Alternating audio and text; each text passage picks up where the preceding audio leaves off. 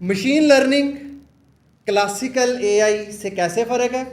Classical AI में rules देने पड़ते हैं, मशीन लर्निंग में हम रूल्स लर्न करते हैं पास्ट एक्सपीरियंस या प्रीवियस डाटा से, और जब वो लर्न हो जाते हैं तो हम कहते हैं कि हमारे पास मॉडल आ गया। तो एल्गोरिदम और मॉडल में फ़र्क बता सकते हैं? इरफान ने 2-3 दफ़ा बताया, मैंने सोचा शायद मैं भी आपसे पूछ लूँ, may be you add something. So what is the difference between a model and N algorithm?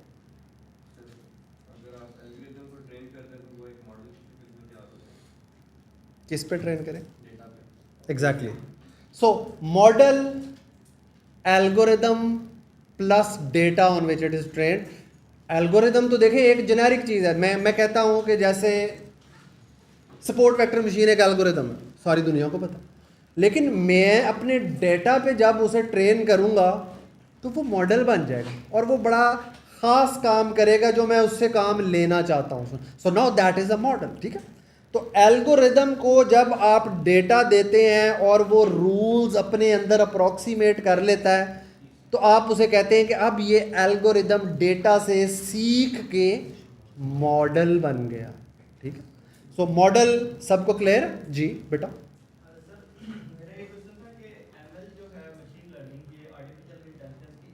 एक सब ब्रांच है, बिल्कुल बिल्कुल।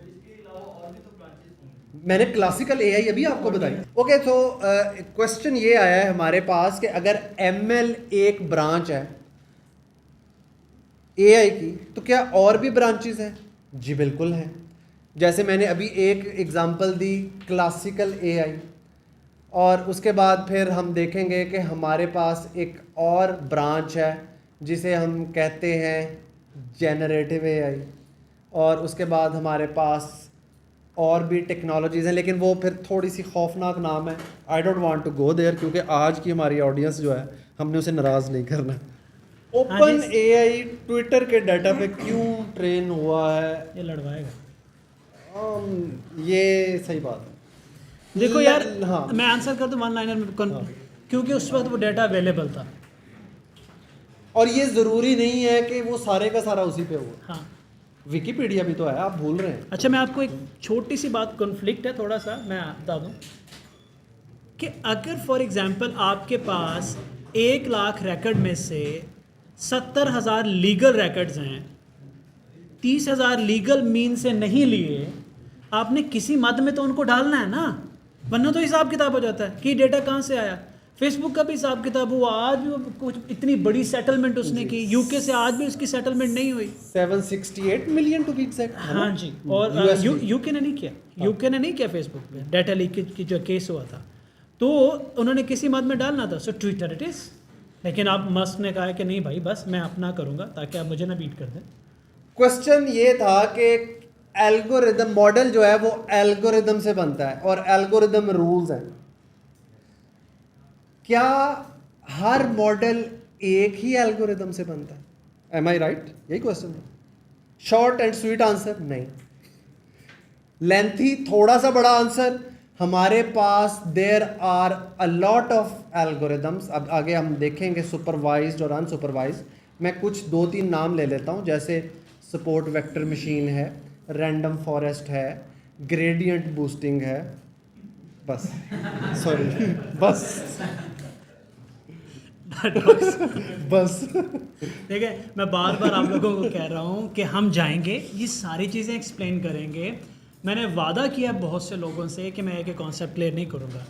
अगले सेशन में भी मैंने बेसिक से शुरू करना है, उसमें भी हमने आपको एग्जाम्पल के साथ छोटी छोटी वीडियोस में दिखाएंगे, चैट जीपीटी यूज़ करना सिखाएंगे, प्रॉम्प्ट इंजीनियरिंग सिखाएंगे, चैट जीपीटी से आप क्विकली पैसे कैसे कमा सकते हो, डिफरेंट टूल्स से आप अपनी इनकम कैसे जनरेट कर सकते हो, सब जगह जाएंगे। लेकिन ये 2 तरीके हैं आप किसी भी टूल को सीख सकते हैं। आप रट्टा लगा लो, आपको कुछ नहीं पता आगे पीछे हो क्या रहा है। मैं आपको एक बात बताऊं, मैंने नहीं कहीं पढ़ी, जस्ट मेरा आइडिया कि ऐसे ही है कि अगर आपने इफेक्टिव प्रॉम्प्ट इंजीनियरिंग करनी है तब भी आपको एल्गोरिदम और मॉडल्स का पता होना चाहिए कि पीछे वो सोच कैसे रहा है। मैं आपको बताता हूँ, ऐसा है कि आपके घर में ना कोई एक मॉडल है, काम करने वाला बच्चा है या कुछ है, आप उसको ट्रिक करते हो कि यार इसको ये कहूँगा तो ये बात सही कहेगा, मैंने इससे कोई टेढ़ा काम करवाना है तो मुझे इस तरह से इसको बोलना पड़ेगा। कहते हैं ना घर में कोई बिगड़ा हुआ बच्चा तो उसको बड़े प्यार से काम करवाना, आगे से बेइज्जती कर देता है। तो वो क्या है कि आपको वो जो बच्चा है वो एक मॉडल है, आपको उसके बिहेवियर का पता है कि यार इसको मैं सख्त कमांड दूंगा तो ये मुझे आगे से बैकफायर कर जाएगा, इसको बड़े नरम नरम कमांड देनी पड़ेगी, क्योंकि आपके जहन में मॉडल और एल्गोरिदम की स्टोरी बिल्ड हो गई है। तो आपकी प्रॉम्प्ट इंजीनियरिंग अच्छी हो जाएगी। प्रॉम्प्ट इंजीनियरिंग पे आज नहीं तो कल को डिग्री आने वाली है। आ गई है, आ गई है, डीप लर्निंग।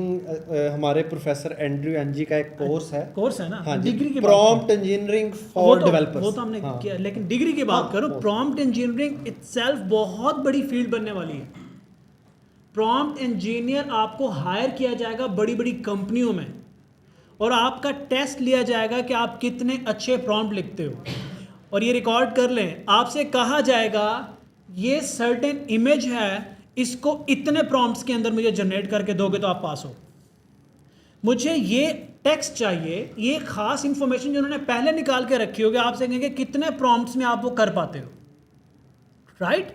तो ये बहुत बड़ी फील्ड है। अब हैरान कुन बात ये है और परेशान कुन बात भी ये है, इसमें कौन सी टेक्निकल नॉलेज चाहिए, कौन सी डिग्री चाहिए? डॉक्टर साहब बताएं मुझे। सिर्फ लॉजिक, हिम्मत चाहिए। आप डॉक्टर हैं, you can be a great prompt, मैं कहता हूँ डॉक्टर हजरात तो can be a great prompt engineer in the health sector. Health sector में हमारी छुट्टी है, we just can not do anything. हमें तो वो वोकैबुलरी नहीं है, वो टर्मिनोलॉजी से नहीं पता। बिल्कुल सही। आप सिर्फ prompt engineering, model training, algorithm और प्रॉम्प्ट इंजीनियरिंग आप सीख लो, जितने भी मेडिकल के लोग हैं, you will be doing wonders. मैं सर कहाँ से शुरू करूँ, I can not do it, वो एक इंस्टॉल किया गया है। टीचर्स हैं, उनको अपनी डोमेन का पता है। आप सिविल इंजीनियर हो, आपको अपनी डोमेन का पता है। आज अगर कोई मुझे कहे कि जाके प्रॉम्प्ट करके डाली को, स्टेबल डिफ्यूजन को, चैट जीपीटी को extract something in civil engineering, हम तो एक दूसरे को देखते रहेंगे, हमें तो पता भी नहीं होगा उससे बात कैसे करनी है। हालांकि हमारे पास तजर्बा भी है, बट वी आर फेल्ड। और एक बंदा आएगा उस फील्ड का, वो हमारे साथ बैठ के टाइप करेगा, will be looking like this, यार वाह उस्ताद जी, सिंपल नहीं है। तो कहाँ गई एआई, कहाँ गई लॉजिक? सो प्रॉम्प्ट इंजीनियरिंग इसलिए बेसिक कॉन्सेप्ट को जो समझना था ना बहुत ज़रूरी था। अगला सवाल तुम्हारा अच्छा है। पहली तो बात है कि GPT-4 जो है ना, सिर्फ डेटा की बेस पे GPT-4 नहीं बना। पहले ये हमारे सवाल से मुझे ये फीलिंग आई है कि तुम्हें ये लग रहा है कि GPT-3 से GPT-4 को ज़्यादा डेटा दे के GPT-4 बना दिया गया। डेटा उसके पास ज़्यादा है, ठीक है, मल्टीपल डेटा सोर्स है, इसके डिस्क्लोज भी हैं और अननोन भी हैं, बिल्कुल। लेकिन GPT-4 के एल्गोरिथम्स और मॉडल को बहुत स्मार्ट किया गया है, कंप्यूटिंग और ऑप्टिमाइज बहुत किया। टेक्निकली कंप्यूटिंग को कैसे किया गया डॉक्टर साहब, इस पे आप कंप्यूटिंग बड़े देखें, ये मैं ना, ये मेरे अल्फाज नहीं है, ये वो सैम जो है ना, जो इनका CEO है, ये उसके अल्फाज हैं।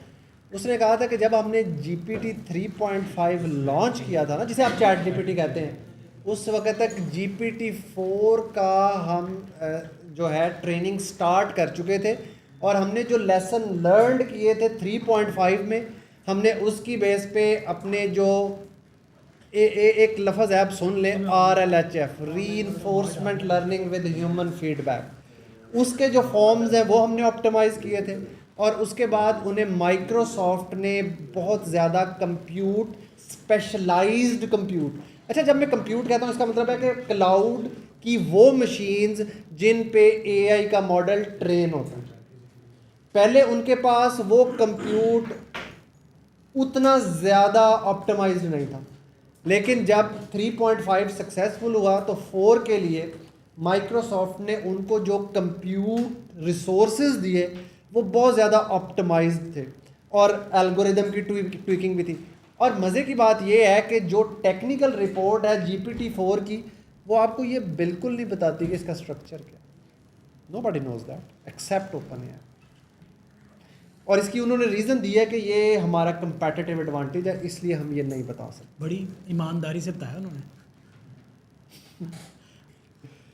सबसे पहले अच्छा, अभी जब मैं मशीन लर्निंग कह रहा हूँ तो मैं एक लफ्ज़ साथ ऐड कर रहा हूँ, कन्वेंशनल मशीन लर्निंग। इसका मतलब है कि जो नए न्यूरल नेटवर्क बेस्ड चीज़ें हैं, मैं उनकी बात नहीं कर रहा। इसमें 2-3 मसले हैं। सबसे पहला मसला ये है कि ये सारे के सारे एल्गोरिदम एक्चुअली मैथ की इक्वेशंस हैं। अब मैथ की इक्वेशन को आप टेक्स्ट दो तो वो कहेगी ये क्या है, व्हाट इज़ दिस। तो इसका मतलब है कि आपने जब भी इन्हें इनपुट देनी है, वो इनपुट आपने प्री प्रोसेस करके एक डिफरेंट मैथ की फॉर्म में कन्वर्ट करनी है। अच्छा, अब वो मैथ की फॉर्म अच्छी भी हो सकती है, बुरी भी हो सकती है। जितनी अच्छी होगी उतना मशीन लर्निंग का मॉडल अच्छा ट्रेन होगा, अगर वो अच्छी नहीं होगी तो मॉडल अच्छा ट्रेन नहीं होगा। अब आपके जहन में अगला क्वेश्चन आएगा, तो हमें कैसे पता चलेगा कि ये जो बाय द वे इनपुट को प्रोसेस करके वो जो मैथ की फॉर्म में ना, इसे हम आम जुबान में कहते हैं फीचर्स, एक चीज़ डाटा के फीचर्स। आपके सवाल में एक चीज़ मैंने और असेस की है कि आपने बोला कि डेटा ख़त्म तो आउटपुट ख़त्म, ठीक है। तो इसका मतलब ये है कि आपको जनरेटिव मॉडल्स का कॉन्सेप्ट नहीं पता, ठीक है। अब Can we say weather forecasting is the example of AI? बिल्कुल है, फोरकास्टिंग। हाँ, फोरकास्टिंग तो एक प्रॉपर उसकी समझना एक वो है। बिल्कुल है। अच्छा, आपको बताऊं कि जनरेटिव मॉडल्स क्या करते हैं, आपको एक सर्टेन डेटा से न्यू डेटा पॉइंट्स ला के देते हैं। आप कह सकते हैं कि सिंथेटिक डेटा वो प्रोड्यूस करते हैं, जो कि उस डेटा जैसा होता है जिस डेटा पे एल्गोरिथम को फीड किया गया। हम वापस जाते हैं उसी स्टोरी पे जो मैंने बिल्ड की थी, कि आपने एक मैकेनिक लाए थे जिसको हमने मॉडल बनाया था, आपने उसको 4 गाड़ियाँ के बारे में बता दिया, 5वीं गाड़ी उन 4 गाड़ियों जैसी थी उसके बारे में उसने खुद समझ लिया। अब वो तो हमने फीड नहीं किया था ना। तो there is a slight flexibility, you see that, कि ऐसा नहीं है कि हमने उसको ABCD रूल डिफाइन किए हैं और वो जनरेटिव। GPT क्या है? Generative model, right. इस पे हम डिटेल में जाएंगे इस पे। तो वो कॉन्सेप्ट से मुझे लगा कि डेटा खत्म दुनिया खत्म, थोड़ा सा वो और